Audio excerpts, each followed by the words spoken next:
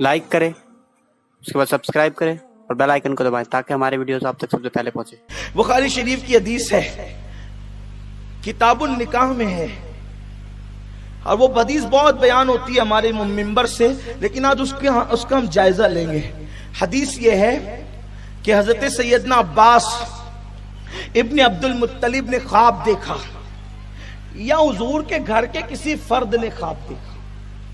ठीक है, कहीं पर हदीस में अब्बास नामजद है और कहीं पर हजरत अब्बास का नाम नहीं है, बल्कि हुजूर के किसी घर के फर्द ने देखा। ख्वाब देखने वाले का नाम नहीं है, लेकिन बहरहाल उम्मत इस पर इत्तेफाक करती है कि ख्वाब देखने वाले कौन थे? हजरत अब्बास थे। एक बात, उन्होंने ख्वाब में अबू लहब को देखा। अबू लहब कौन है जानते? अबू लहब सर्टिफाइड काफिर का नाम अबू लहब है। आसान करूं अपनी जबान में, सनद याफ्ता काफिर का नाम अबू लहब है। आप किसी काफिर के मुतालिक यकीन से नहीं कह सकते कि ये बंदा कुफ्र पे मरा। हालांकि जाहिरी हाल का एतबार है, जाहिर में वो जिस चीज पे मरा उसको वही कहेंगे, है ना। लेकिन एक बात बता रहा हूं आपको, मुमकिन है मरते मरते तौफीक हो गई हो और उसने कलमे तैयबा पढ़ लिया, लेकिन अबू लहब ऐसा काफिर है कि जिसके कुफ्र पर पूरी कुरान की एक सूरत गवाह है, तब्बत यदा अबी लहब। और फिर उसके जहन्नमी होने में भी कोई शक नहीं है, क्योंकि उसके जहन्नमी होने पर कुरान गवाह है। उस अबू लहब को हजरत अब्बास ने ख्वाब में देखा, पूछा, ओ अबू लहब तेरा हाल क्या है? उसने जवाब दिया कि मैं जहन्नम के अजाब में गिरफ्तार हूं, नबी से दुश्मनी करता था सल्लल्लाहु अलैहि वसल्लम, तो जहन्नम के अजाब में गिरफ्तार हूं। लेकिन एक खास बात यह है कि जब पीर का दिन आता है तो मेरे अजाब में कुछ कमी हो जाती है और मुझे अपनी उंगली को चूसने का मौका मिलता है, जिससे मुझे ठंडा पानी मिल जाता है और मैं चूस करके राहत पाता हूं। आप तवज्जो फरमाएं, ये मैंने मफहूम पेश किया हदीस पाक का। अल्लाह अकबर। अब आप मुझे बताएं कि अबू लहब को ये जो उंगली चूसने पर जहन्नम में जो ठंडा पानी मिलता है, कुरान कहता है ला बारिदिन वला करीम, जहन्नम के अंदर ठंडा पानी नहीं है, लेकिन जहन्नम में हफ्ते में एक रोज नहीं मिलता। अगर आप ये कहेंगे कि अल्लाह मेहरबान है अबू लहब पर, अल्लाह ताला उसको दे देता है, तो फिर जुमा को क्यों नहीं देता? क्योंकि जुमा तो सैयदुल अय्याम है। पीर को क्यों देता है? वो चूसता है तो पीर को देता है, और वो ठंडा पानी मिलता है, उसको थोड़ी राहत होती है, अजाब में कमी होती है। क्यों? उसकी वजह बयान की जाती है कि पीर के दिन आमिना के लाल की, मेरे और आपकी आका की विलादत हुई, तो अबू लहब ने खुशी में अपनी कनीज सुएबा को उंगली के इशारे से आजाद कर दिया। नबी की विलादत की खुशी में उंगली के इशारे से आजाद कर दिया। अल्लाह तबारक व तआला ने उस काफिर को नबी की पैदाइश पर खुशी मनाने के सदके में जहन्नम में उस पर ये एहसान फरमा दिया। अल्लाह अकबर। लेकिन अबू लहब ने नबी समझकर खुशी नहीं मनाई, भतीजा समझकर खुशी मनाई। जब नबी को भतीजा समझकर वो खुशी करता है तो उसको भी जहन्नम में थोड़ा सा फायदा मिलता है। जो मेरे नबी को नबी और महबूब खुदा को महबूब खुदा समझकर खुशी मनाए, अल्लाह उसको कितना इनाम अता फरमाएगा। काफिर को किसी अमल पर इनाम नहीं मिलता, लेकिन नबी की विलादत की खुशी करने पर उसको इनाम मिल रहा है। लेकिन अब बात यहां आती है कि ये तो ख्वाब है, ये तो ख्वाब है। ख्वाब से दलील ली जा रही है।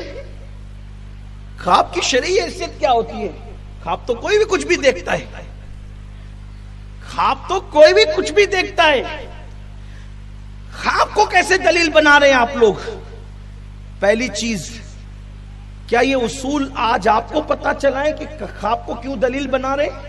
یہ اصول امام المحدثین امام بخاری کو نہیں پتا تھا. امام بخاری کو نہیں پتا تھا کہ خواب دلیل نہیں بن سکتے. میرا اور آپ کا خواب دلیل نہیں بن سکتا، لیکن جس خواب کو صحابی دیکھے اور صحابی دیکھ کر اس کو بیان کرے تو اب وہ خواب نہ رہ گیا. توجہ آپ کی، صحابی جب خواب دیکھ کر خواب کو بیان کرتا ہے تب وہ خواب نہیں رہ گیا بلکہ اب وہ حدیث ہو گئی. اس لیے کہ اگر وہ قابل اعتبار نہ تھا تو صحابی اس کو بیان نہیں کرتا، لیکن صحابی نے خواب دیکھ کر اپنی زبان سے بیان کر دیا تو وہ حدیث ہو گیا. اس لیے کہ حدیث کی تعریف یہ ہے کہ جو نبی کی زبان سے نکلے وہ بھی حدیث ہے اور جو صحابی کی زبان سے نکلے وہ بھی حدیث ہے. تو اب عباس نے کیا دیکھا یہ عباس جانے، ہم تو اتنا جانتے ہیں کہ عباس جو صحابی رسول ہے انہوں نے بیان کیا، تب ان کا بیان کرنا یہ بھی حدیث ہو گیا، یہ بھی حدیث ہو گیا. اور پھر اللہ اکبر، کتنا بڑا فائدہ. ابو لہب جیسے کافر کو فائدہ مل رہا ہے، فیض مل رہا ہے. اس لیے تم بھی میلاد مناؤ، اپنے بچوں کو بتاؤ میلاد کیا ہے، حضور کی آمد کیا ہے. اور حضور علیہ الصلوۃ والتسلیم نے میلاد منانے والوں کو کیسا انعام دیا. اب بات آگے نہیں بڑھاتا، سمیٹ رہا ہوں.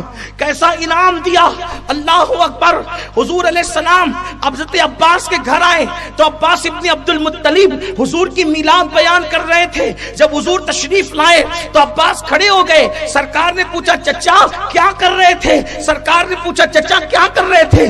عرض کیا آقا آپ کا میلاد بیان کر رہا تھا. حضور فرماتے چچا تم پر اور تمہاری اولاد پر میری شفاعت حلال ہو گئی. جو حضور کی میلاد بیان کرے حضور کہتے ہیں شفاعت حلال ہو گئی. پھر یہ جلوس کیوں نکلتا ہے، جھنڈے کیوں لگتے ہیں؟ شیخ عبدالحق محدث دہلوی نے لکھا ہے کہ جب حضور کی ولادت ہوئی تو حضرت آمنہ خاتون فرماتی کہ جبریل نے ایک جھنڈا کعبے پہ لگایا اور ایک جھنڈا حضرت آمنہ کے گھر پہ لگایا. اور ایک حدیث تو یہ کہ ایک جھنڈا مشرق میں لگایا، ایک جھنڈا مغرب میں لگایا، اور ایک جھنڈا کعبے کی چھت پہ لگایا. یہ جھنڈا کیوں لگ رہا ہے؟ پرچم کب لہرائے جاتے ہیں؟ خوشی کے دن. 15 اگست کے دن ہمارے یہاں جھنڈا کیوں لہرتا ہے؟ خوشی کا دن ہے. ملک آزاد ہو تو پرچم ملک کا لہرایا جاتا ہے. کائنات کفر سے آزاد ہو تو مصطفیٰ جان رحمت کا پرچم لہرایا جاتا ہے. یہ سب حدیث میں ہے موجود. اگر آپ کو بات سمجھ میں نہیں آتی آپ آئیے بیٹھیے گفتگو کیجئے. قرآن میں میلاد کا ذکر ہے، حضور کی میلاد کا ذکر قرآن میں ہے، حدیث میں ہے، صحابہ میں ہے. شاہ ولی اللہ محدث دہلوی فرماتے ہیں کہ میں میلاد النبی کے دن مکے میں تھا اور اس دور میں یعنی آج سے تقریباً 3 صدیاں پہلے کم و بیش، فرماتے میں مکے میں تھا اور مکہ کعبے سے لے کر مولود النبی صلی اللہ علیہ وسلم تک جو ہے وہ قندیلیں لے کر کے جلوس نکلا کرتا تھا. اس جلوس میں میں بھی شریک ہوا تو میں نے دیکھا کہ لوگوں کے سروں سے لے کے آسمان تک نور کی قندیل تھی، روشنی ہی روشنی تھی. میں فیصلہ نہیں کر پا رہا تھا کہ یہ منظر میں اپنی ماتھے کی آنکھوں سے دیکھ رہا ہوں یا میں اپنے دل کی آنکھوں سے دیکھ رہا ہوں. یعنی وہاں بھی جلوس نکلتا تھا. جب وہاں پر 1924 سے پہلے تک کے وہاں بھی جلوس نکلتا تھا. عرب میں پوری دنیا میں عاشقان رسول حضور کا میلاد مناتے تھے. کیوں؟ اس لیے کہ یہ حضور کی آمد کی خوشی نسبت کی بنیاد پر ہے.